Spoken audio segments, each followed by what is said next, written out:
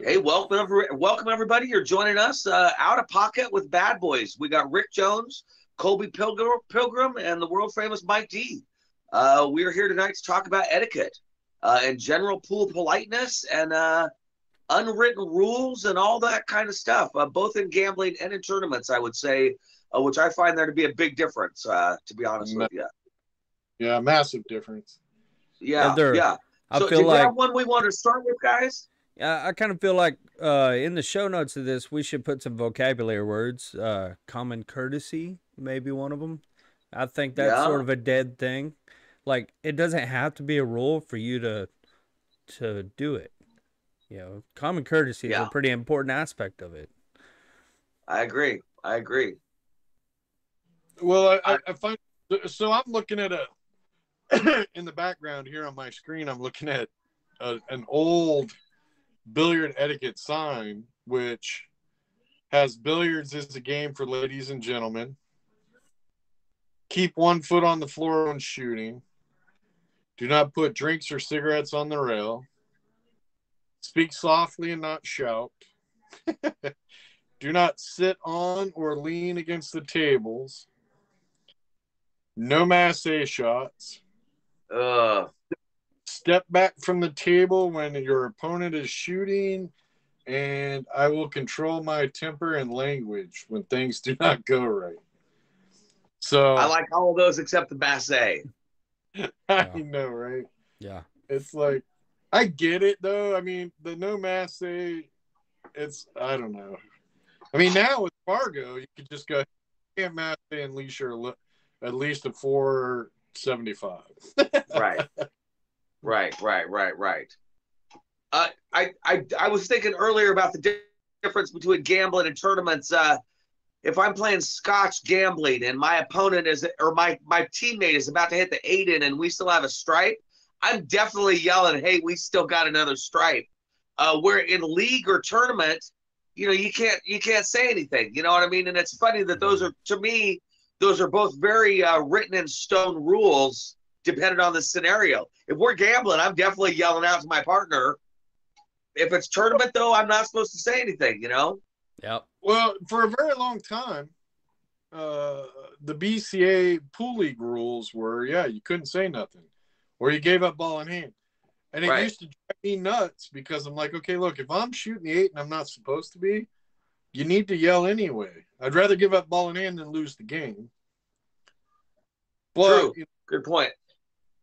As soon as I became the director of referees, that was one of the first rules I wanted to get rid of. It's like, hey, in Scotch doubles, let's have open communication, right? I mean, to me, it's like, we could go a whole different direction with that and the cheat aspect. We used to play, well, we still do. We play a big tournament with the Moose Lodge, and it has a Scotch doubles division. And the rules are you can't talk to your partner at all unless you call timeout. You're given 2 timeouts per rack. So, which is no big deal because, me and my dad shoot together. We're pretty much the same person, so he thinks the way I do.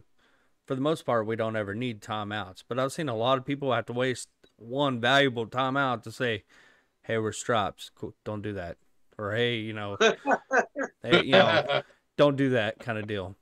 But on the other, so I'm a people watcher, and I like to sit back because actions do speak pretty loudly. And Mike, you sort of touched on this just in our chats. But I noticed in this one tournament in particular where you can't talk at all unless you're on timeout, blah, blah, blah. Everybody goes and looks at their next shot and lines it up like there's an imaginary cue ball right here, And all that is saying this is the shot you're going to shoot next. You just... Right. So, and I don't see it. That goes into the whole cheating thing. So we'll have to bring that story up again. But, yeah. I used to play Scotch with a guy that would, before he shot the 4 ball, he'd go look at the 5 and line it up for the pocket the 5 was going to go into. Right. So that just to let me know, I'm trying to leave you shape for the 5 in the side, Yep. Same with 8 ball, and And it was a subtle thing like that. Now, I got to be honest with you, it was unnecessary and it seemed a little hokey to me at the time. Yeah. But it's very nonverbal communication that was definitely getting the point across. There's nothing you can really say to the guy. It's legal. Yeah, that's another reason why I'm a big proponent of open communication like Rick is. There's also a lot of people that, a cough means play safe and a sneeze means go for it. I was just about to say that, Yeah, all that used to be against the rules, and by the rule, you're cheating. I mean, you just came up with a different way of telling each other how to shoot. Right. I was saying sticks get dropped. I mean, all kinds of stuff. I was seeing people spill drinks. What I was looking at when I got in the position where I could make some changes was, look, I know they're cheating. I've done it. I don't think anybody's ever played Scotch and not done it technically, right? So you also have this huge aspect of a weaker player shooting the wrong ball or doing the wrong thing, which in my mind always, as a tournament director, went, holy crap, man, that thing right there is slowing the tournament down. Why not level the playing field, let everybody talk to each other, because I can't catch the cheaters anyway. So now we make that fair. And the bonus feature to that was it sped up Scotch doubles. What used to be a race to 4 that took 2 hours, now you can do in an hour and a half. That was huge. Right. Yeah. And if that weaker player, if that's their first like regional tournament, whatever, and they go to and do that because nobody can say anything, it's embarrassing to them, and it could very well drive them out of enjoying the sport to the point they quit playing. And that's not what we're after, Right. So here's the thing too, right? How many times have all of us played pool and you see the weaker partner go stand there and just look like they're lost? Right. Like they're trying to figure out, what did my partner want me to shoot? Right. I don't know what to do, right? Right. So you speed up the game by allowing them to talk. You level the playing field because you're allowing them to talk. The other ones were cheating and you couldn't catch them. So I think that rule change kind of fixed a lot of that issue. Right. It's funny to me that, one of the pool etiquette issues I always thought was slow play was just, I know players that use slow play just to take you out of your rhythm, just to try to manipulate the flow of the game. Mm-hmm. Right. And then your accidental slow play, which delays a tournament, all that's that falls into the rules and, just bad etiquette. If you're, I'm going to play as slow as I want, screw you kind of thing. Right.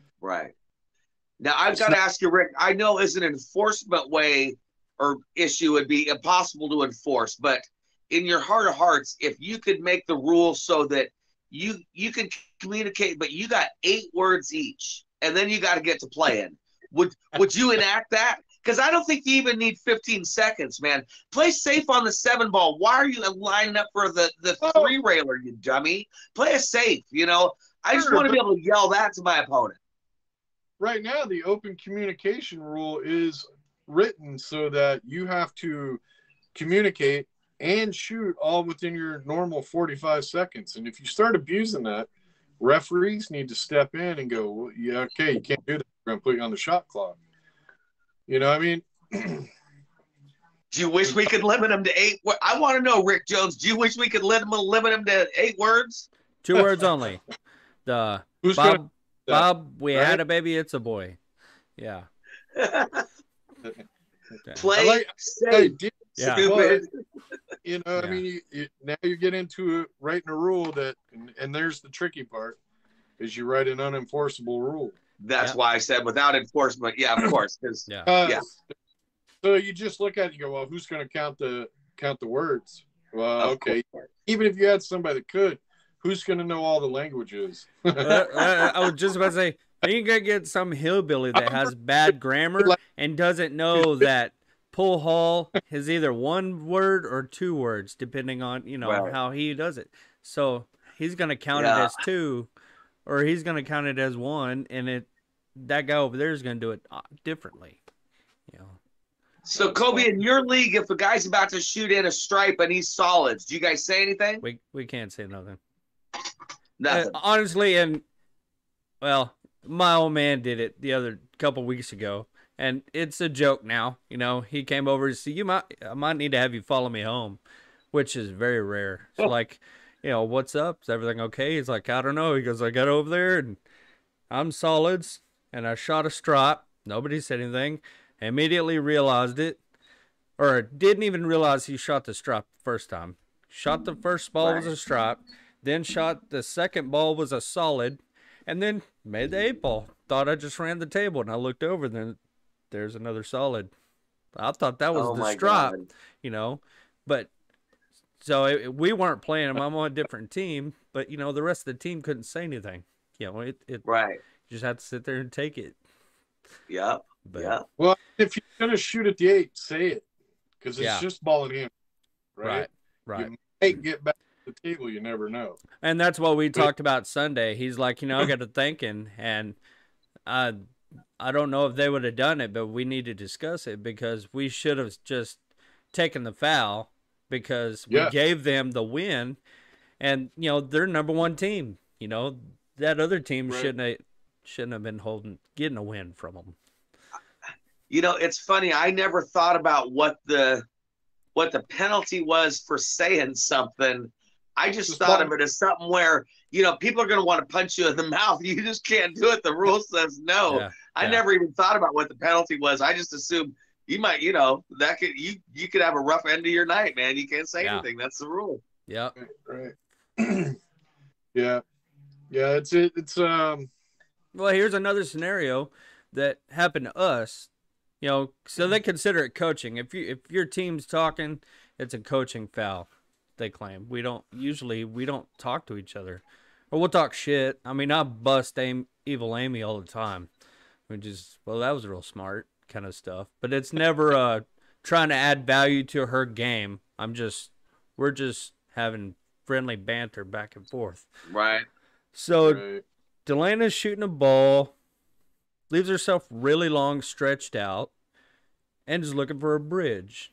And it's a bitch to find one in this place. It runs off and hides like somebody in there's molesting it or something. Right. And so I just simply go, hey, you want to borrow my stick? Because I got the extension. She's like, yeah, no big deal. She uses the extension, makes the ball, finishes out. Nobody thought anything of it. Nobody called a foul. But we got to talking the next week going, you know, that really, in all honesty, that could have been considered coaching. They could have called a foul, you know. It's definitely coaching. Yeah. But, so there's. And it never ran through my head one time that would be coaching. This argument comes up all the time. It's like the guy is at the table and he should use a bridge. And then one of the teammates go, hey, man, the bridge is right here. Well, did the shooter signal that he was looking for a bridge or not? Or is his teammate coaching him? Yeah. Right? And that's all going off body language, and it's really hard to prove that after the fact. Sure. So, but, you know, somebody should just make a clear rule on that. I agree. We'll talk about that in a different episode. You mentioned slope. So the etiquette, so we don't get too far from your basic etiquette, right? Right. The thing I love about the etiquette issue is you learn pool etiquette as you learn the game. Mm-hmm. So it's real easy to spot the ones that are like a little shady with their etiquette, right? They're trying to shark you or whatever. But the thing I loved about that feature in the pool world is you learn your etiquette as you learn how to play the game. Is when you went into a bar and you're playing pool, it was real easy to spot either the easy money or the guy that was hustling whoever he was playing. And if you watched a little longer, you could spot the hustler. And what I'm saying is the guy that stands too close to the table and he's talking to you while you're shooting, and the way they move around the table. Either they're not a good pool player and they've not learned any of the pool etiquette because a better player hasn't smacked it into them, or they're hustling, and it's real easy to pick up. So for me, it was great. It was real easy for me to go, well, I'll play that guy for $10 all day long. He don't know anything about pool, so he's not going to know. He's not going to know, the strategic part of pool because he doesn't know that he needs to go sit the hell down while I'm shooting or something, right? Right. Oh, so, I agree with you, man. I grew up playing guys that, there could be 14 guys smoking cigarettes, literally touching the table where you have to say, excuse me, to get to your shot. And that's just how they played, man. That's just how they did. That was, you're from Oregon. That was at Sandy Lanes. And that was just part of the game is you just had to fade that. But the plus of that is exactly what you're saying. Their level of sophistication of play matched their etiquette. They would make shots when they had no way of getting shape on the 8-ball. They do all sorts of stuff that, put them at a disadvantage. Yeah. Now it's funny because that's in America. The Philippines, I'd say it's way different. But here, Yeah, well, this was in Oregon, and this would be at Sandy Lanes, and it was all Vietnamese, Laotian, Cambodian. This would be early '80s. A lot of the refugees had come here to Oregon in the mid '70s. Oh, so there you go. There were large pockets of just all Vietnamese and Asian kind of pool halls. So 70s, 80s, yeah. Were the chickens there too, or did they leave those at home? What's that? Were the chickens there too, or did they leave those at home? Oh, like in the Philippines videos? No, not at all, Koby. No, this was at a bowling alley with like 6 tables at Sandy Lanes, which was a pretty happening spot, man. There was always action there, and my dad had a business front there, New Way Insurance. That was in the building basically, so I had all the back doors and everything. So yeah, you had Sandy Lanes, and then up on the top of the hill you had the Jug. Well, yep. Sandy Jug, yep. Yep, Sandy Jug, and then there was an 80, I want to say 84, 85. There was maybe 86 or 87. There was a place that opened right in between Sandy Lanes and a lot of college kids went there. It was it was across the street from the Sandy Jug. Okay. Man, I made a ton of money in that place, dude. And never had to play anybody that had skill. Yeah. But you could easily $10 a game all day long. Just the quarters up down the rail. Yeah. Yep, I agree. At Classic Beards, there were like 16 tables, and I'd go from table to table to table asking people to pay 3 for 5. And just every 1 out of 3 tables, I'd be able to play somebody, and I just make a U and then go back and just spend all weekend doing that. Yeah, there was more disposable income there at that time, Rick, and people were a lot more willing to do something like 3 for 5 than they are now, I believe. Oh yeah, well, I mean, look at the money you could make then, and what it costs to do things compared to today. Nobody can afford to piss away their mony, right? I mean, it's now the table time would kill you. Yeah, everything. Yeah. Anyway, etiquette. etiquette. I don't know about you, but man, it was only like $1 a gallon of gas to get there. Shit. Yeah. But now you got to take a loan to drive across town. So what's your pet peeve with pool etiquette? I told you guys a story earlier today about when I was at League. I guess I can share that. Sure. I'm playing a guy, and he doesn't really think that I'm watching, and we're playing 8-ball, and he's let's say he's going for the 15. Well, he ends up missing the 15 but making the 13. He thinks I'm not watching, and it certainly looks like he meant to make the 13, although I know he didn't. And he just kept shooting, and I thought, oh man, you know, 1 year cheater, 2. That's kind of sad. Just go ahead, man. It's, I'm just gonna ignore it. Go ahead. Yeah, it's League. So the rule is you don't have to call obvious shots, but some banks are obvious, but you're supposed to call banks and combinations. And there's a few here that they don't. I mean, they they'll rail a ball in all day long and they'll never call shit. Just keep going. And there's a lot of times where that wasn't a logical shot. Are you sure you meant to do that? And right. And it really it takes a lot of trust out of those for the future. Once you do that, and I've seen you do it, and I questioned it, I will forever question you from that day forward. Yeah, I think what I see the most is did you get a rail? People are like, oh yeah, I definitely got a rail. Yeah. When they have no idea whether they got a rail or not. Yeah. I'm positive I did. Yeah. When you go, did that get a rail? Because when you asked that question, that didn't get a rail, right? Yep. Right. That's why I'm asking you. And I love when the player kind of get like doe eyes you, then looks back at the table, and then looks back at you and goes, "Yeah, I got a rail." Right. Hey, I don't even know where the cue ball went. Yeah, dude. Yep. Yeah. No. Yeah, that happens a lot here too. It's that knee-jerk reaction, when they answer in a knee-jerk way. Of course I got a rail. They don't even think about it. And they don't, when I can tell there's no thought to it, I'm like, gosh, shit. Yeah. You're just going with what's the right answer. Yeah. That's too funny. So, I don't know.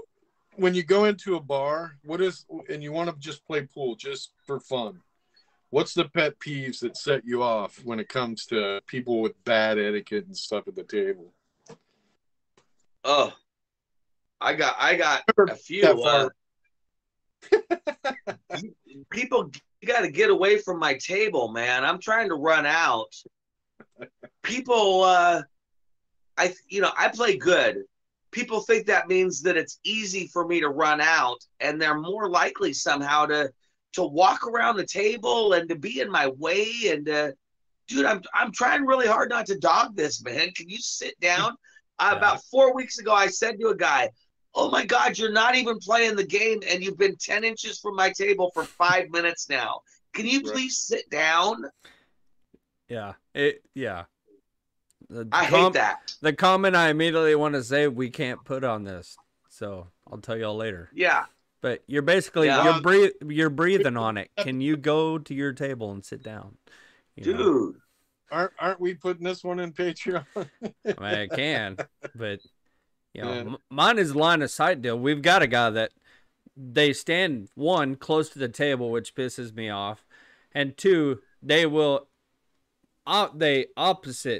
follow around and they're always in front of you while you're shooting. And it's like, it doesn't bother me if you're in my line of sight. If you've been standing there the whole time, pick a spot and stay there. It doesn't bother me. Yeah, but if you've got to intentionally follow around and get right in front of where I'm shooting every time, I'm going to send this ball off the table here in a minute and try to influence you to change your ways. Yeah. Yeah. I hate guys that'll stand in the gap at the pool tournament. In between the seating. Oh, you know what God. I mean? If you're a pool player, you know exactly what I'm talking about. Where you go in and out to go play. There's and a special we're all sharing place in that aisleway, and people stand there. Yeah. Yeah, pool tournaments are so special that etiquette, there has to be a minimum amount of etiquette at a pool tournament. Yeah, we're not there yet. Right, yeah. No. In a bar, what used to drive me nuts is if you're playing somebody and then they drift off somewhere and start bullshitting with somebody. Or you're in singing Alaska, when I first karaoke. Well, yeah, dude. We got to pause the match so I can go sing I Feel Like a Woman or something stupid. It was pretty wild when I first moved to Alaska. So these guys would just like go dance in the middle of a game. Yeah. It's like, oh my God, drive me insane, dude. Just stay here. Let's finish this game. I'm going to kick your ass. Let's get it over with. And then you can go. You can have the rest of the night. See, that's funny because here's my take on it. You guys actually just picked the two things, especially the karaoke, that don't bother me. I've been to so many pool tournaments in my life, and they're the most boring, stagnant rooms in the world. Oh, my God.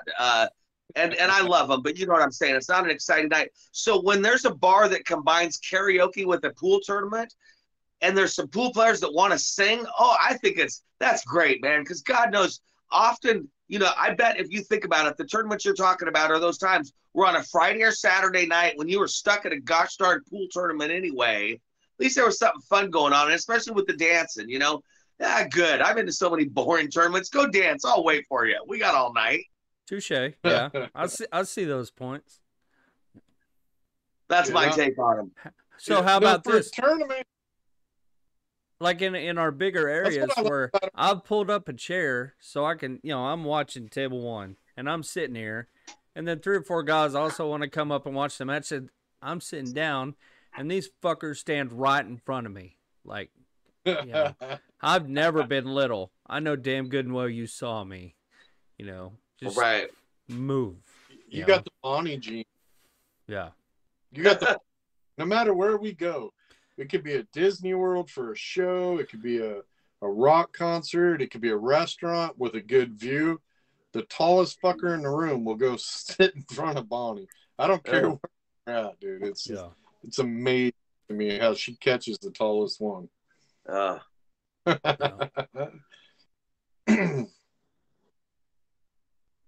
All right, so we can go to etiquette is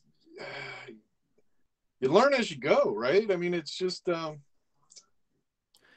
if people should have respect and have respect for the game at least.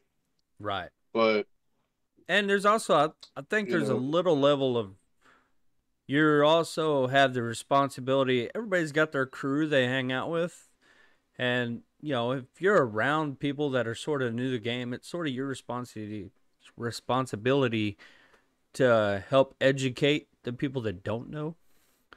And it doesn't necessarily have to be when they do it. You can tell them ahead of time. Now, it's Rick, all do you remember when? Go ahead. Rick, do you remember when we were at Derby and you had me go upstairs to kind of ref the match between John Schmidt and another fella who were slow playing each other? They had an argument out in the hallway before the match, even, I believe, and they were deliberately slow playing each other. Do you remember that? Yeah, it was John Schmidt and the preacher guy. Yes. His name right now. They're great guy. I mean, they're both good guys, but for some reason, both of them were just bathroom breaks and slow playing. Like, when I came up to check and see what was going on, John Schmidt was actually standing in the hallway, kind of screwing around, right? It's like, what's going on, John? Oh, yeah, I'm playing this match, man. This guy is he's slow playing me and this and that. Because when I came around the corner, I see he's just standing at the door peeking in, right? Oh, my God. Yeah, no, you're doing it too, dude, and we're tired of it. Come on. Right. You guys stick around with each other, but we got a whole tournament that's got to happen. And I don't remember if that tournament, what was going on ref-wise, but there wasn't a ton of refs, and you ended up, you were trying to run the tournament. You had me sit there and monitor the rest of the match and told me to ding them for a game. They don't know who I am from Adam, and I just act real confident, like I know what I'm doing, and you're like, you okay doing this? I said, yeah, I'm fine doing this, man. I just sat there stone-faced and, making sure they didn't do that anymore, and they both finished the match, man. You got 30 seconds to shoot. The guy can go, hey, that's going to cost you a game because Rick said so. Yeah, right. That's right. That's the power you gave me, man. They're like, yeah, of course he's got that power. And I'm like, yeah, of course I have that power.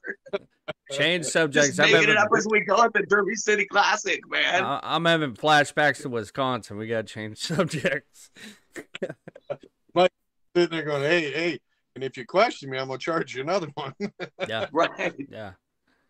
Do you remember we had the magic rack we had to cut? Oh, yeah. That was, dude, that was so funny. People were Chris like, Melling?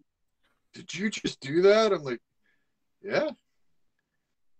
Who were the players? Do you remember? Like, oh, they're going to have problems getting the rack off the ball. And there was like, the way the balls were sitting, they were frozen. So you can't touch, it really, don't ever, if the balls are frozen, don't unfreeze them to clean a ball or move a rack, because, man, the odds of freezing them back together are so tough. And yeah, I just Bonnie, where's the scissors? Just go out there and cut that AccuRack right in half, man, so you can get it around and stuff. I still have my half of that AccuRack signed, man. Yeah. So funny. Yeah, man. I do. As I remember, it was they had kind of whoever it was had kind of a cut shot on the frozen ball into the side pocket. But if it moved even a tiny bit, they weren't going to have that shot anymore. And it was both players agreed. It was a big deal, you know? Yeah, it was huge. Yeah. If I remember right, wasn't it like Corey Deuel and somebody? Who signed your half? Oh, man, I'm looking now.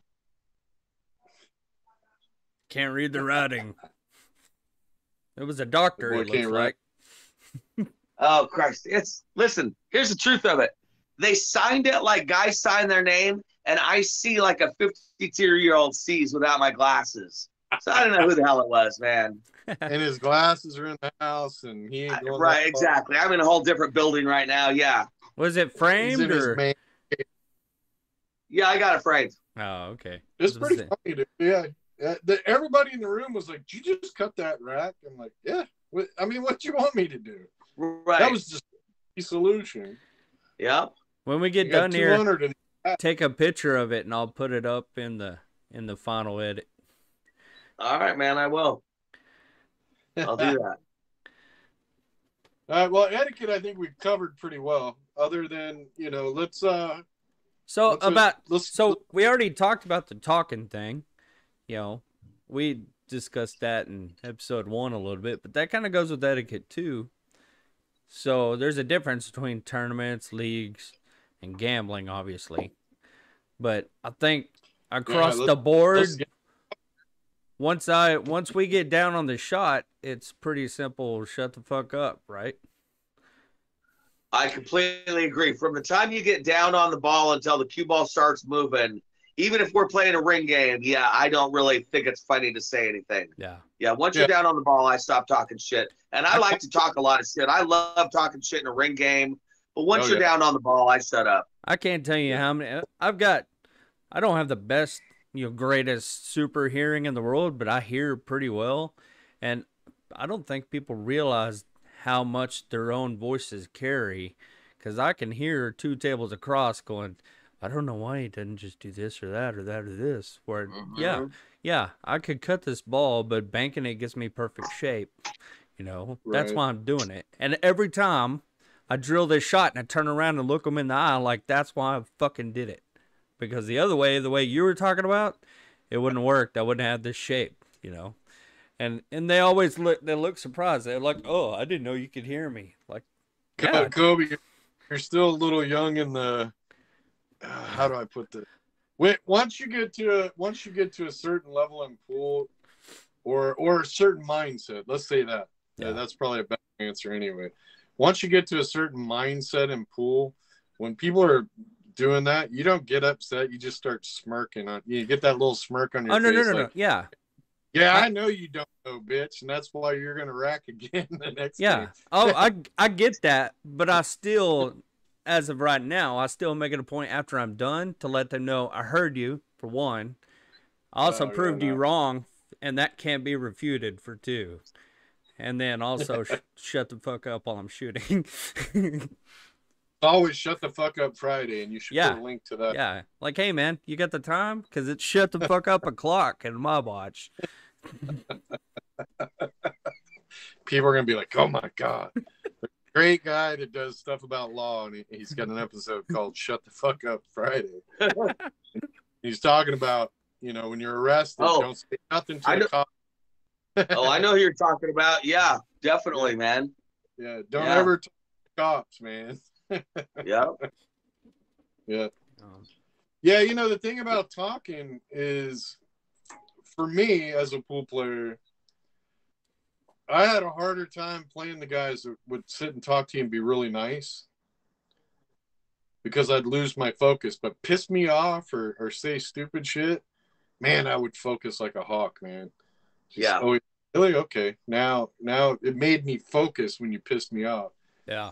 But if you're, trying to be all nice and want to talk about this or that and friendly, I'd kind of like lose my focus, right? I just didn't focus as hard. Or the ones Yeah. that the ones that every time he shoots, good shot. Good shot. Yeah. Good shot. Well, it was straight in, dude. I know. Okay. It's like, well, the ones I love, dude, is at the end of a match and the guy goes, "You didn't play that well. All your shots were straight in." yeah. Yeah. Yeah, dude, you never had a tough leave at all. Yeah, man. You think? I think I trip people up a lot, because everybody does the whole take it easy on me at the first of the game. Like, fuck that. How about I finally just started saying, well, I'll be fair. I'll treat you like I do everybody else. And I had a guy at Worlds that I got pretty upset at, honestly. That's muttering under his breath as we're playing. Man, I'm just giving it to you. I might as well just give it to you. Things like that every time he'd miss, And man, it wasn't bad enough to where I felt like I could call the ref. He's just muttering it, but he's definitely muttering it so I hear it. It's getting under my skin, dude. Yeah, I had some things to say to him after the match, man. I was not pleased. I've had a guy do that, and I've simply walked over like, hey, man, quit beating yourself up about it. This is my fault. You should have never been at the table. Yeah. And he usually shut it down after that. Yeah. No, talking is, Nationals one year, I was playing a guy, and he just run, and I'm smoking him. And then he called a ref over one time, and he's like, hey, man, he keeps rattling the change when I'm shooting. And I'm like, what? And he just, and then I get up, he plays the safe, and I get up to shoot a shot. And I was just going to shoot a safety, but I got out my jump cue, and he goes, hold on. I need to get a ref here to make sure that jump shot or that jump stick's legal. He was sitting behind him, and she said, oh, dude, you shouldn't have done that. The ref come over, looked at my jump stick, and I was going to play a safety, but I looked at the table, and I'm like, all right, I'm called a whatever ball here in the corner, and I had to jump a ball, 2-rail, kick it into the pocket, and I kick it in, run out on the guy. And then Bonnie just jumps. That was for the win. And Bonnie jumped up and goes, who's your daddy, bitch? But, yeah, talking, that's probably the worst rule broken when it comes to pool etiquette. Yeah. More likely. I have a line that I say. Sometimes I get rubbed the wrong way and I'll get loud. And one of the things that I will say as I'm getting loud is, I took a plane to get here, man. I was at another story. I'm at Worlds, and the guy's walking next to the tables talking to somebody on his cell phone, and he's talking the way I'm talking right now. Freaking loud, man. And you know what I mean? Bill Doherty's over there. Bill Doherty's by the table, one of the refs, a guy that I like and have a lot of respect for. Old man Bill. And I start yelling at the guy, hey, man, I took a plane to get here. Are you serious? Go talk on the phone out in the hallway. Oh, my God, dude, what are you doing? Yeah. Bill's looking at me, and I'm like, and I said to Bill, can you help me with this guy walking around on his cell phone? This guy's killing me, man. That's why nobody likes you. The cell phone, dude, the worst invention ever. So in Texas, so bad one year that I got on the mic and I said, look, you're in teams. If I hear a cell phone and your team is in a match, you lose a game. I don't care whose cell phone it is. We're done. Turn the damn cell phones off. I mean, it was crazy. And we were in a building that the cell phone would go off and it would echo, right? Oh. So we get all the way down to the finals. And this team is playing this team, and somebody's cell phone goes off. And Louis Vecchio was playing, and he's like, hey. And he runs over, and he hits the phone so it quits ringing. The other team loses their minds, dude. They're screaming for it. hey, that's a game. Hey, ref. And we can hear everything because it's a final, so there's nobody in the room. And Louis goes, hey, chill out, dude. That's not even my phone. I just turned it off. Come to find out, the team that lost their mind and wanted the game called on them, it was one of their phones. Oh, my God. That game that gave the other team the win for the championship. Wow. Shady motherfuckers. Dude, so funny, though. I was just about to say that, I can totally see if that were a rule all the time, how other people would start looking you up on Facebook and try to call you on Facebook just to get your phone to go off. Just to get I was just going to say, the worst ringtone these days is the Facebook Messenger ringtone, because we all have the same goddamn ringtone, man. Yeah. That's the one that gets everybody in the room where you're like, what? Yeah. Yeah. Or the Amber Alert. Oh, yeah. Dude. Yeah. Were you the Nationals the year that every phone in the building went off? Because it doesn't matter if you're muted on that; it still makes the noise. Right. Dude. I had a buddy. No, I wasn't there for that. It's kind of, we used to go. Anytime we were in a crowd of motorcycles, he would go up to the desk, go, hey, can you make an announcement that the black Harley outside's got their lights on? And like half of the place would have to leave to go check if it was theirs. Yeah, that's funny. I've been to a few events with you where we run out of power, though, man. I don't know why that happens so often. That's so crazy. The mice get World's tired. last time we ran out of power. We've been at Chinook Winds a couple times and lost power. Yeah. That has nothing to do with etiquette, but it happened. Yeah, but no, that's a good point, though. I mean, it does have something to do with etiquette, right? So you have your bar etiquette where you need to behave at least minimum etiquette, right? At a bar, just playing and having fun. But at a pool tournament, level 1 etiquette. But at a pool tournament, there should be even more etiquette. So when we're at the World Nationals, the power goes out. Maybe you shouldn't be such an ass to the tournament director about the power being out, right? Because, like, I don't know. I mean, I got on the microphone and I had to tell everybody, hey, look, I'm in the same boat you guys are in. We got to sit here till the power comes back on. I didn't turn the damn power off. Yeah. But, I mean, shouldn't there be some damn etiquette there, too? I mean, it's just, like, crazy that the people that just lose their minds over shit, and it's like, hey, act like an adult for a minute. Yeah. Just because, just because you're inconvenienced doesn't mean you get to be an ass to everybody in the building. Well, and now that you brought that up, line ever with that. You had the best line ever with that, which is we're all on the train together, man. Yeah. And so now that you brought that up, educate the people listening.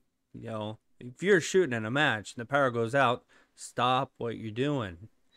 Right. And so many people keep shooting. Stop. Yeah, just stop for a minute anyway and wait and see what's going on, right? Yeah. Because keep shooting, you don't get to come back and go, well, hey, the power's out and I couldn't see, so can we start that game over? Yeah. That's not how it works, right? Yeah, it's just Well, and people want the answer too, and the answer is we don't know. Hang tight. No, you can't go back to your motel room. No, I know. Hey, if I could answer every question that I've been asked at a tournament desk, I should be way richer than I am today. It just, some of the questions are just, okay, yeah, sure. Yeah. Yeah, that happened at Vegas I guess 2 worlds ago. And, we're in the mini rooms. There's a little less on the line there. We told people, stop shooting, just hold on. Don't do nothing to the tables. We'll wait till the power gets back on. And naturally, there's a couple people that them and their opponent come up to the desk like, hey, can we keep playing our match? Like, well, it's fucking dark, dude. He's like, we can see good enough. It was like, this is the guy I'm playing. We're both good with it. I'm like, okay, but you need to understand, like, if you finish this match, you don't get redos, Right. And I don't want to hear y'all crying when you lose and saying it was dark and all this, because you have a choice not to play. Yeah. Right. Yeah. And I'll tell you, with gambling in Alaska, when I moved to Alaska in 88 to probably about 92 in the winter, the power would go out a lot. You know, we'd get 4 or 5 feet of snow, right? But you'd just be sitting in a bar. I mean, I've gambled for $500 sets with candles on the rail. Yeah. Oh my God. Because what else you gonna do, right? I mean, you're sitting at the bar. There's 2-3 feet of snow on the ground. It's coming down. You don't want to go sit at home in the dark. So we just lit candles and kept playing. Yeah, when I was e-teching in the old field, we had tornado watch, and I was at the hotel bar, and the power went out, and we were shooting a little ring game, nothing major, and I pulled my work truck up to the fire exit, ran an extension cord in, plugged in my inverter, so we had a lot over the table, and that was it. But we played until the tornado passed. I mean, it wasn't anywhere near us, but I guess it was close enough it put the power out. No, that's cool. All you need is the light, man. Yeah, dude. And I've got a picture before we got my truck around. All 4 of us had our phones halfway teetered off the edge of the light with our flashlights on. But there was one really dark middle section right in the middle of the table where nobody could get their phone to light up. So that's why we had to do it that way. But yeah, it's pretty cool. It makes for good stories. Yeah, man. So, etiquette. When you're playing in a tournament, okay, and I bring this up because Mike was in the middle of one of these incidences. A player sees another player do some shady crap on the table because his opponent went to the restroom or something. Do you keep your mouth shut or you get up and go tell the other guy? Well, I would too. But, you know, I mean, it's almost like everybody has this mindset of you don't squeal on the cheaters, which drives me crazy. Yeah, I hate that. I would definitely tell the other guy. Right. Yeah, Mike had that incident. So tell us the story, Mike. Yeah, well, okay, so we're at Snoqualmie. Snoqualmie, how do you say it? A BadBoys tournament. This was 3 years ago, 5 years ago, I don't know. And a fella that I don't really bear any ill will to at this point in time, but at the time I wasn't thrilled with. He poked a pencil through my magic rack when I went to use the restroom. We had been having arguments throughout the match, had not been really getting along. He has a history of kind of needling his opponents, had the history of getting rubbed the wrong way. We both ran into each other. Anyway, he ended up poking a hole through my magic rack. And then, there was a guy in the room that saw it happen. And I think the last thing that guy wanted to do was really be in that position in the first place, but was to tell me it happened. But he also just couldn't in good conscience not tell me that guy had stuck a pencil through my magic rack. You know, you could tell it was a real dilemma for him. He didn't want to, and at the time too, I had beat the guy, the match was over. You know what I mean? So in a way, there wasn't a reason to tell me, but in the other way, you know, that guy destroyed my property, and the fella thought I had the right to know that, you know? Yeah, the guy that told was so timid giving me details, man. It's just like, well, I don't want to stir no trouble. I'm like, dude, you need to tell me because the trouble's going to come the other way if you don't. I mean, it's just, yeah. The guy that did it, you know, people don't know me. I play good. The guy that did it was a guy who also played good from Washington, and you know, big fish. People tend to think that they're pretty neat guys and cool guys, even though that has nothing to do with pool skill. But that's how it is. So this was a popular guy that this other fellow was telling on, you know, and it took some guts for him to do that. But you know, I'm glad he did. Yeah. Well, you know, I've seen people just go on tilt, dude. I've seen good people behave badly at a pool tournament. Yeah. I've never seen that out of that person before. And you know, those people usually come back and go, oh man, I'm so sorry. I don't know what happened. And usually you're good then. But yeah, I mean, we might as well go, if we're talking about etiquette, we might as well start talking about cheaters, huh? Yeah. Well, I can tell you that guy, that was not a high point in his life. He's not proud of that moment either. He felt bad about it. He apologized later, and like I say, we're on good terms now. Yeah, we actually had a guy. You know, we had a confrontation at the mini room this last time where a guy gets out of the line, which if you've never been in the mini room, it's probably never going to be the same. But back then, this guy's like halfway through the line, so it's probably 75 feet, and comes up and is like, you need to kick this girl out. Like, why? She's wearing open-toed shoes. Like, dude, go get back in line. Just worry about yourself. And come up 2 or 3 times over just something piddly stuff. Like, he's looking at the room. He's ratting this person, that person. Those people are callers. This stuff. Like, dude, don't worry about it. There's difference between telling on somebody that's cheating and being a nit. Yeah. So this guy's people got to understand it's the mini room too, right, Koby? I mean, this is a recreational part of a recreational tournament. Yeah, if you could tell then by the atmosphere we had created, it's a freaking party room. And if you're worried about rules, you probably don't need to be here.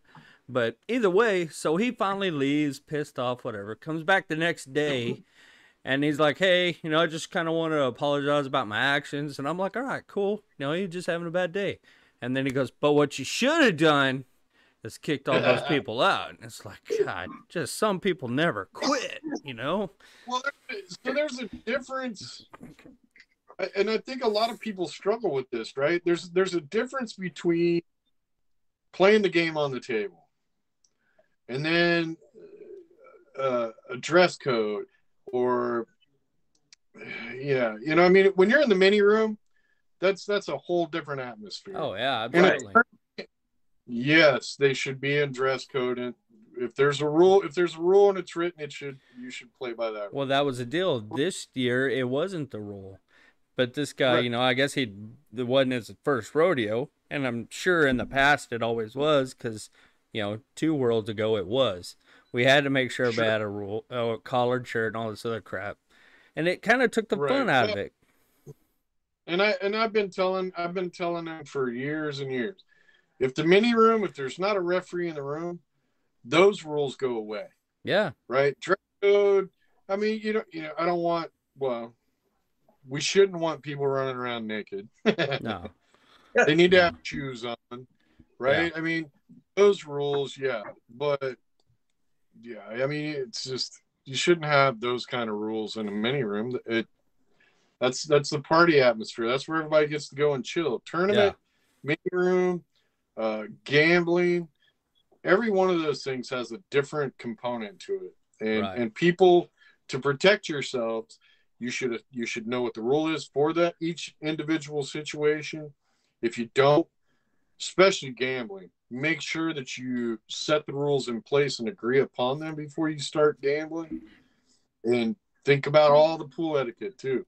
If you don't want his team over there screaming while you're doing things or whatever, make it a rule.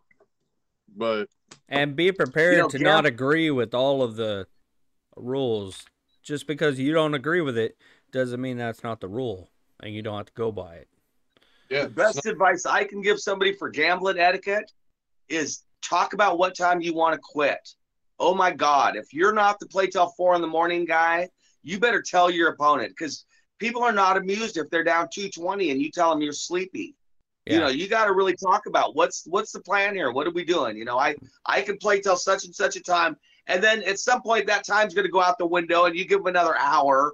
But, at least you've started having parameters and saying, I'm not a marathon player. I came up in the 80s when marathon pool was very popular, and I've never been a marathon player. You guys know I'm not a night owl.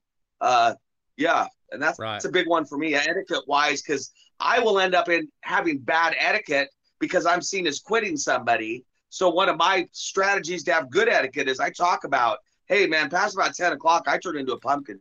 Yeah, and I think, it's markers. Yeah, it's a whole communication thing, and I think a lot of people don't want to communicate because they're afraid that, something's going to come up that I don't want to have to, I won't agree with, and I'm going to feel like I have to go by that. No, you just talk it out. You're adults, or, you have the ability to be an adult. You just have to do it. If we gambled, it would be only the loser could quit or 2 a.m. Yep. Yeah. One of those two, that's it. Yes. If the loser wants to quit right out of the gate after the first set, that's fine. No hard feelings, right? Right. But you have to set those things in place. Yeah. And the whole game, once we get into talking about gambling, that's going to take us right into the drug world, which we'll do a whole episode on drugs and pool. But yeah, yep. You know, it's all those things apply, right? I mean, it's you got to know the rules that you're playing by. Yeah. Yeah. Set those parameters in place and communicate with each other. That alone will help the etiquette world of the pool, right? Yeah.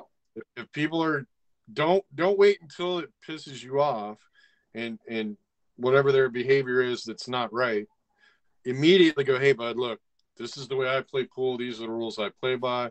I'd appreciate it. If you guys want to talk, you need to scoot another 10 feet back. Please don't walk around the table while I'm shooting. Quit spinning your pool stick or whatever. Yeah. And you got to just lay that stuff out all up front. Yep. Yeah. And for God's sake, people, if you're going to enter a tournament, especially if you're going to travel to it, know what the rules and dress code are. Yeah. Good God. So with tournament, you'll be so much happier. Yeah. So it kind of brings up the whole call a ref before somebody shoots the shot. Don't wait till after it's happened. And a lot of people, they purposely wait till it's over with because then the ref doesn't have the abilities. And this kind of goes under the whole, is it considered cheating or a move or whatever you want to call it? But be willing, kind of go above and beyond. Well, you know, as a player that this is going to be a close shot, get the ref over there. It's just common courtesy between you and your opponent. I had a situation that kind of falls in the middle of those bar table championships, 2018 maybe. Playing 10 ball against a guy who the next day, by the way, had a heart attack. I think he had some real anger issues. Gets super crazy mad at me because he calls, as an example, the 6 ball in the side and the 7 in the corner, playing 10 ball. Now, Koby, I know what you're saying, but in this situation, I just got to sit here and let it play out. You know, I'm not calling nobody till after he does it. Sure enough, he shoots. He makes the 6, misses the 7, and goes to keep shooting. And I stand up and go, ref, this guy, I swear to God, turned red and went from 0 to 60 in a second and a half. Starts yelling at me. Brett was the only guy in the room at the time, Rick. This was a BadBoys tournament. Yep, you know, Brett's trying to help me, but he doesn't know really. You know, he's telling the guy, listen, that's a foul, man. This guy's screaming at me. I'm like, wait. I said, dude, would you at least wait for the guy to come over here and explain to you what you did wrong? Oh, my God. Yeah. Yeah. Well, and technically, it wasn't a foul. He just couldn't keep shooting, right? Right. Exactly. Yeah. It wasn't his turn anymore. And we might as well jump on this topic good, right? Because so Shane Van Boening at the U.S. Open playing Joey Tate. Joey Tate running out. And me personally, I don't care what the score is. None of that is irrelevant to the situation. Of course not. Of course. But everybody puts a lot more on it because that would have put Joey Tate on the hill, if I'm not mistaken. But Joey Tate shoots the wrong ball. And then everybody goes, oh, well, Shane should have told him. I say, no, he shouldn't have. Yeah.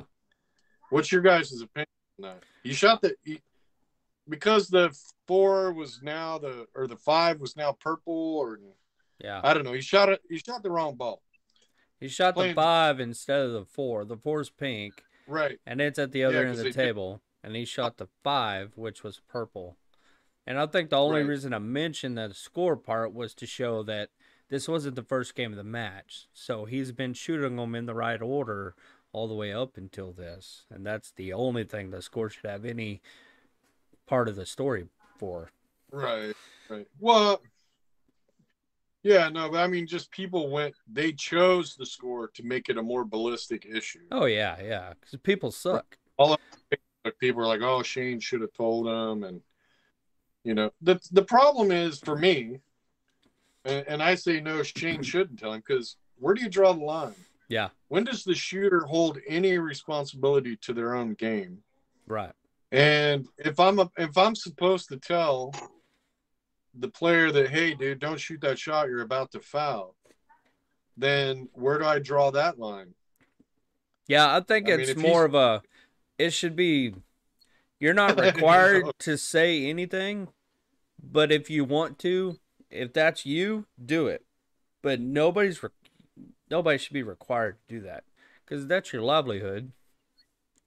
I heard somebody compare it to if I know a guy's about to scratch, should I jump up and say, "Hey, don't shoot that shot, you're going to scratch"? Yeah, I thought that was a good analogy. Yeah, I also think the analogy for me, one of them is, if you tell me you're a world-class chess player, then I'm going to assume you know the rule of as soon as you take your finger off the piece, your turn's over. Yeah. You can't tell me you're a world-class player and that you don't know that rule. Right. That's not how it works. Now, is that a strategy? Does that mean you study that in a book? And that no, it's a very basic rule of the game, but it's still a rule of the game, man. You can't, you're telling me you're basically a pro playing on television, and you know the balls are in odd numbers, colors these days, and you're not double checking on something. Well, then that's what's happened, and it's you just lost because of that. I don't know what to tell you. Yep. Yeah, no, I think that's on the shooter. I get frustrated with people that never put any of the ownership on the shooter in these situations. Right. Yeah. Right. I think the score, by the way, matters not at all and hugely. It doesn't matter at all in the right or wrong morality of it. It does matter as far as it makes it even more tragic. I mean, it makes it hurt a hell of a lot more. If I'm playing Sin Van Boning and he's got me 9-2 in a race to 10 and I do that, it ain't as sad. I mean, that's like telling me your grandpa that's 98 died. I'm sorry, but I ain't that sorry. He's 98. Hill or damn close to Hill. Ouch. Yeah, and for me, I'm always looking at it from a tournament official, right? So I'm always looking at it like, I don't care what the score is. It's not his job whether it's 9-1 or of course. Or it's still not. Even if it's world championship, it's still not his job to tell you that you're shooting the wrong damn ball. I mean, it's the last thing you should be thinking about. Is this for second or third place? Shouldn't matter. What payouts are shouldn't matter. If you're on single or double elimination, it like derby shouldn't matter. No, I agree. Right. Well, the funny thing is, right, and I've even heard a lot of referees say it, well, it's the finals, or well, it's the semifinals. Yeah, who gives a... But if that mistake would have happened earlier, they wouldn't make it this far. Yeah. Right. So that's just a terrible point of view. Yeah. Where they are in the tournament should be absolutely irrelevant to the actual situation. Yeah, and I think if you can maybe make that argument for the NBA because they're trying to showcase their marquee players, and if you call a foul or traveling, you know what I'm saying? There's that argument for like NBA. There's no argument for that for pool. Geez, you can't do that. Well, I mean, that's one of the reasons I quit watching the NBA, dude. Right. You know what I'm saying? I don't think they call travel anymore. So just a week ago, there was a thing about that they admitted they had blown a call on a guy that took too many steps. Yeah, too many steps. He started at half court. Right. So I know we talked about this one, but I think it was off the air or something that got edited out. There's a video where Shaw and Earl Strickland are playing, and I think they're playing straight pool. And straight pool in New York. Strickland's shooting. He calls the 2-ball, but he's clearly, the 2-ball's at the other end of the table. He's nowhere near shooting towards it. He's shooting the 10, but he calls verbally the 2 and makes the shot you can tell he's intending to make. And Shaw calls a foul, and it creates this whole big old controversy. What's your thoughts on that? You go ahead, Mike. I'll let you go first. I talk too much. I just like stirring some shit up. Come on, Mike. All right, they're playing straight pool. Is that right?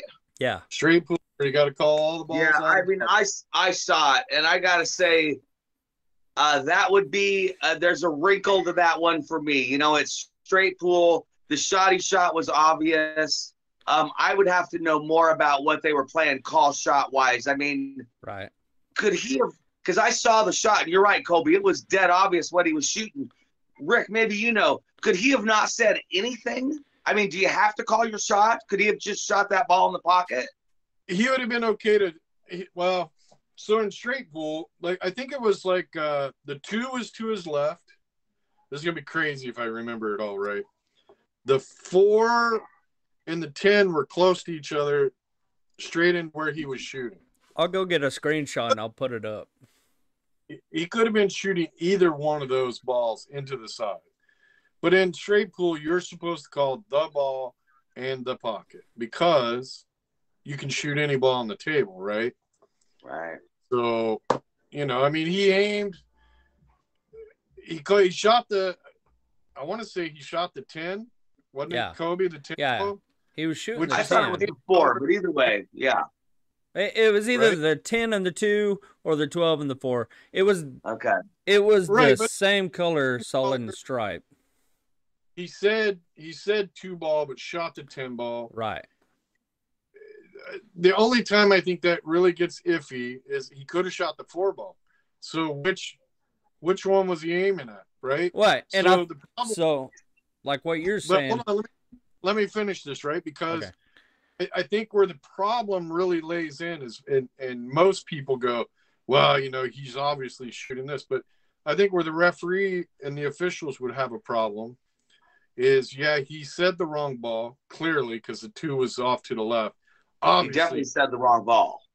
Obviously, he wasn't intending to shoot the 2. Right. But the 2, the 10, vocally maybe, but you definitely hear him say the 2, not the 10. Right. But if you're going to miscall a ball, why would I would argue that I think he was shooting the 4 because that's a solid, the 2's a solid. Well, that's why I thought, because it was the 10 and the 2 and they're both blue, that his brain saw blue and just said 2 ball. Right. You know, the 10 and the 4 are close together, so he could either shoot the 10 or the 4, and he sees blue and calls a 2 by accident instead of the 10. That's how I read the situation. So let's go back to what you said a little bit ago on the Joey Tate thing, right? You said, well, it wasn't the first game, so he should be used to the balls, blah, blah, blah. Yeah.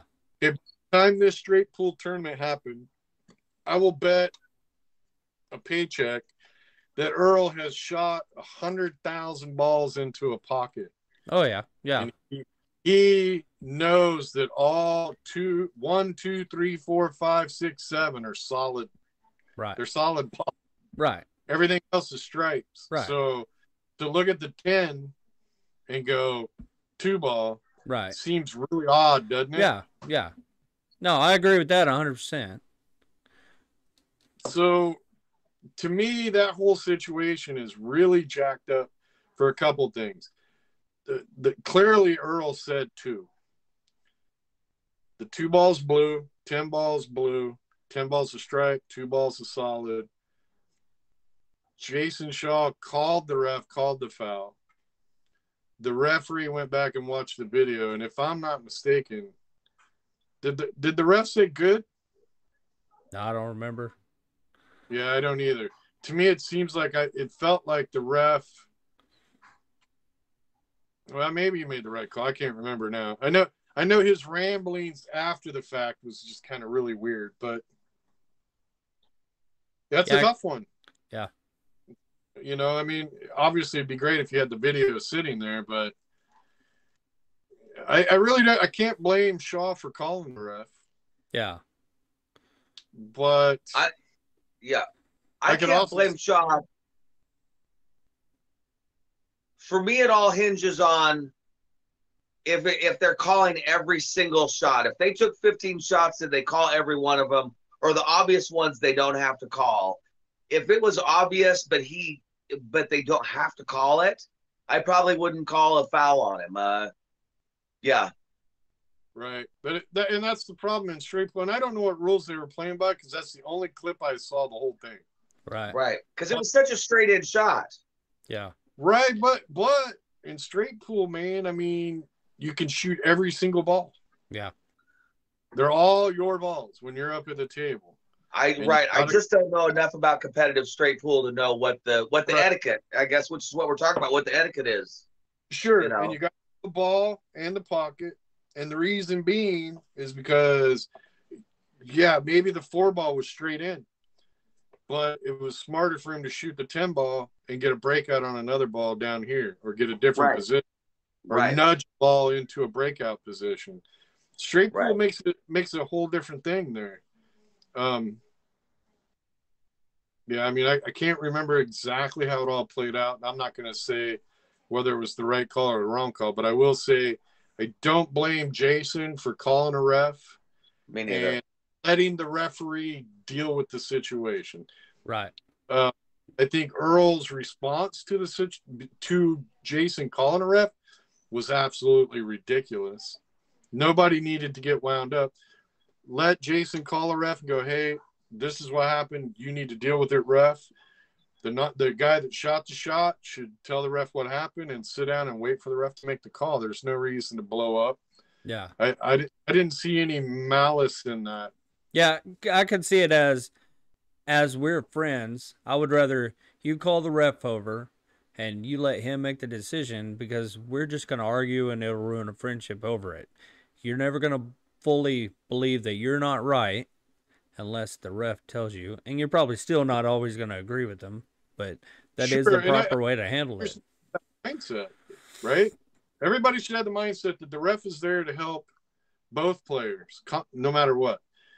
Right. If I call the ref over and go, hey, this is what happened, deal with it. Now, when you get into etiquette, when you start getting a guy that just keeps calling a ref for bullshit, well, the referee needs to be smart enough to, and I try to train the refs I use, hey, make sure that the player's not calling you over there just to shark their opponent.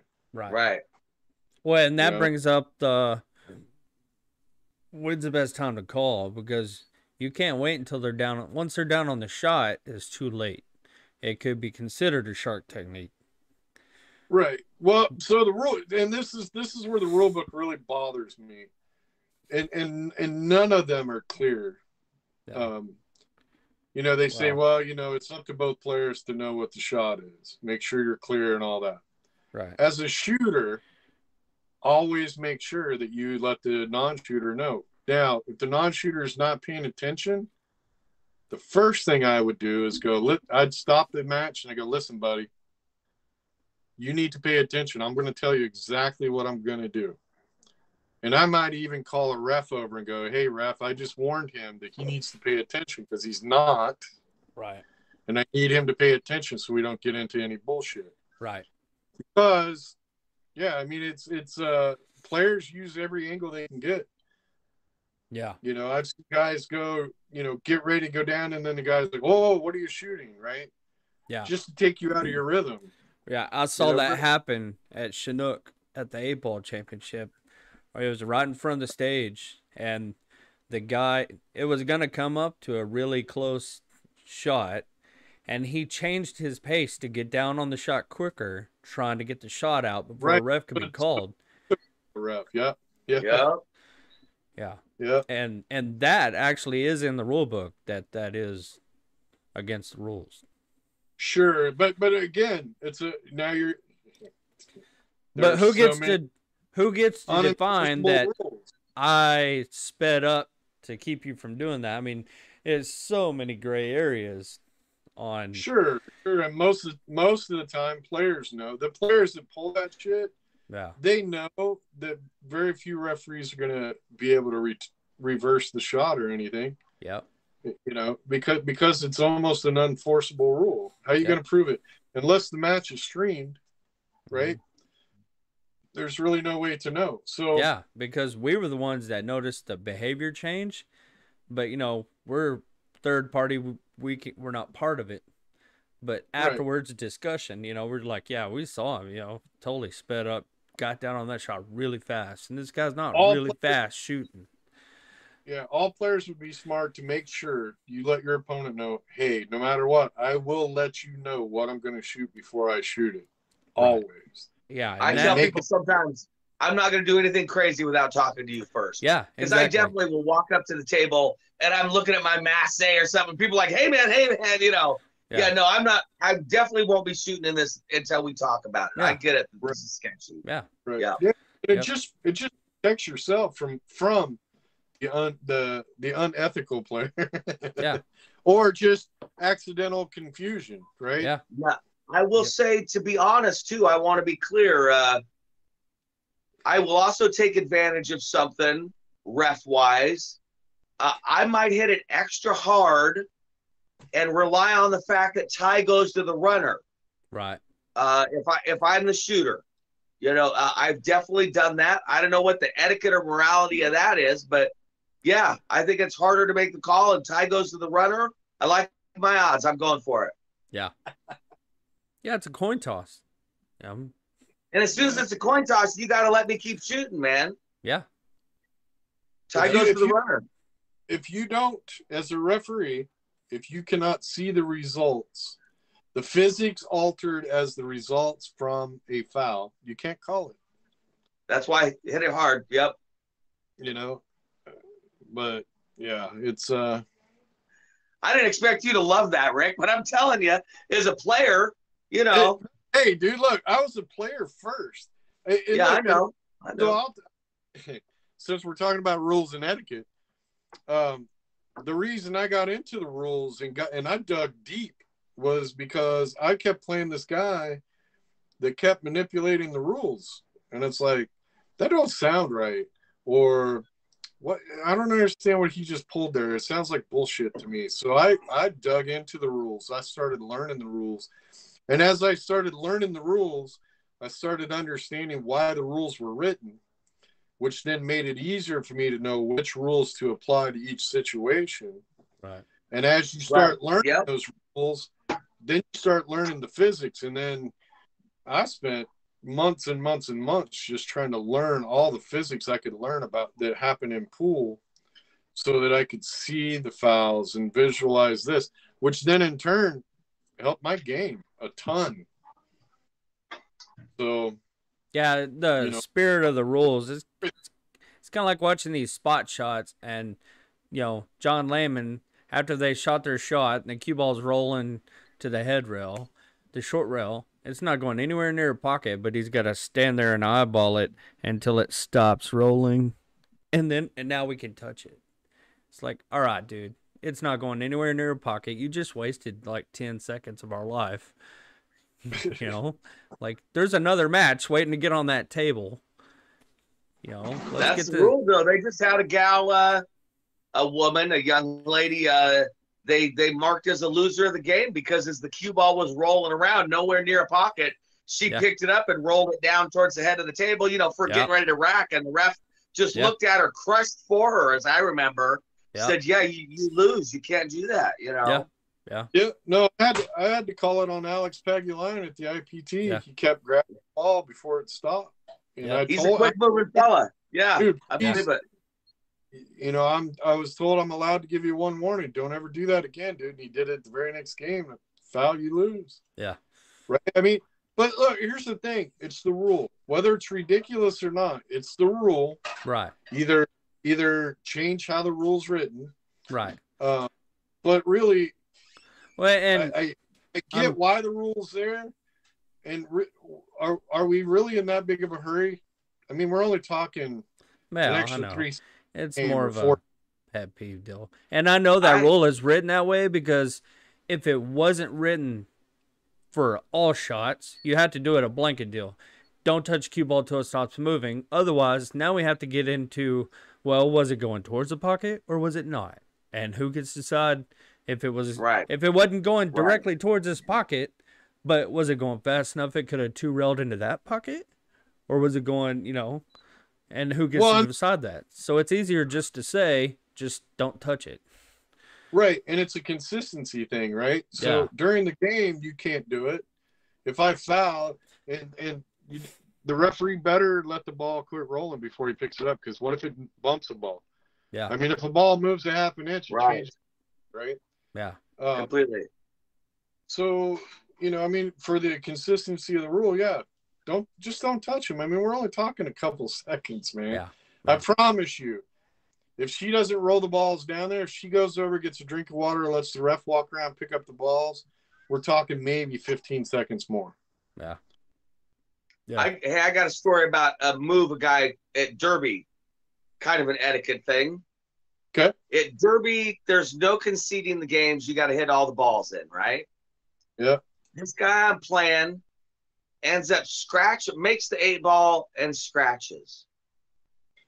Then he turns his back to the table.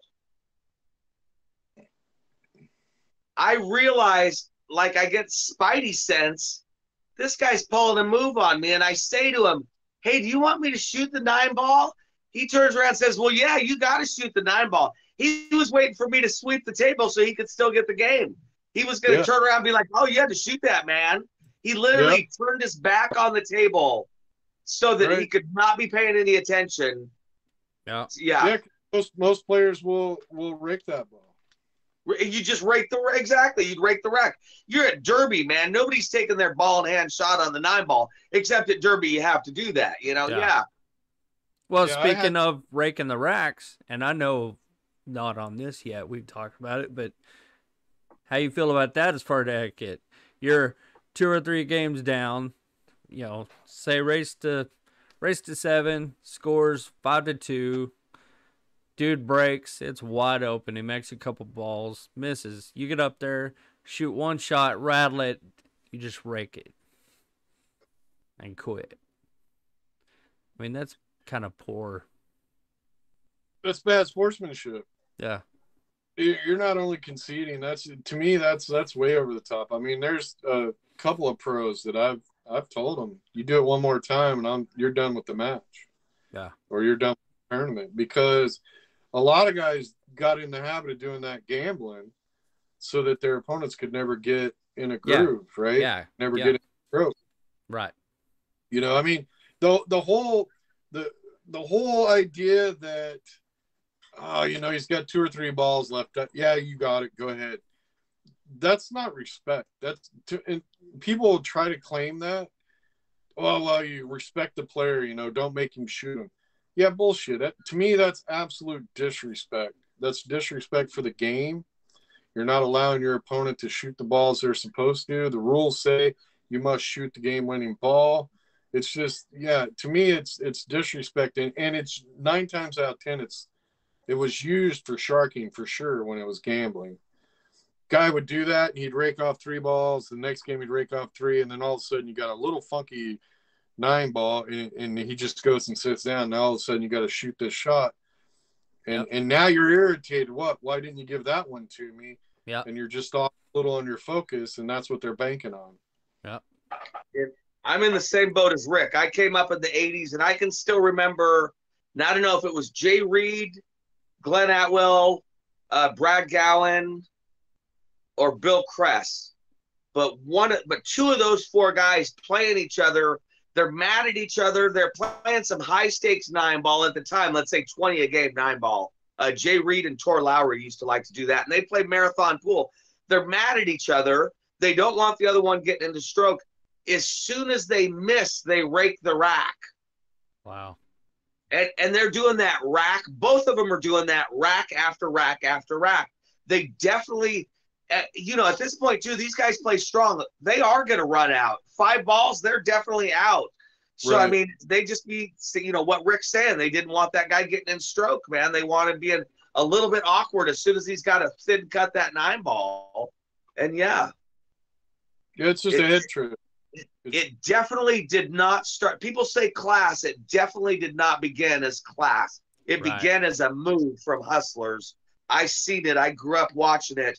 Those guys were not being nice to each other. Those guys also didn't want you to feel the victory of making the 9-ball or the 8-ball. Yep. They didn't want you to have that inner, They're also taking that joy away from you. Yeah, no, it's definitely a move.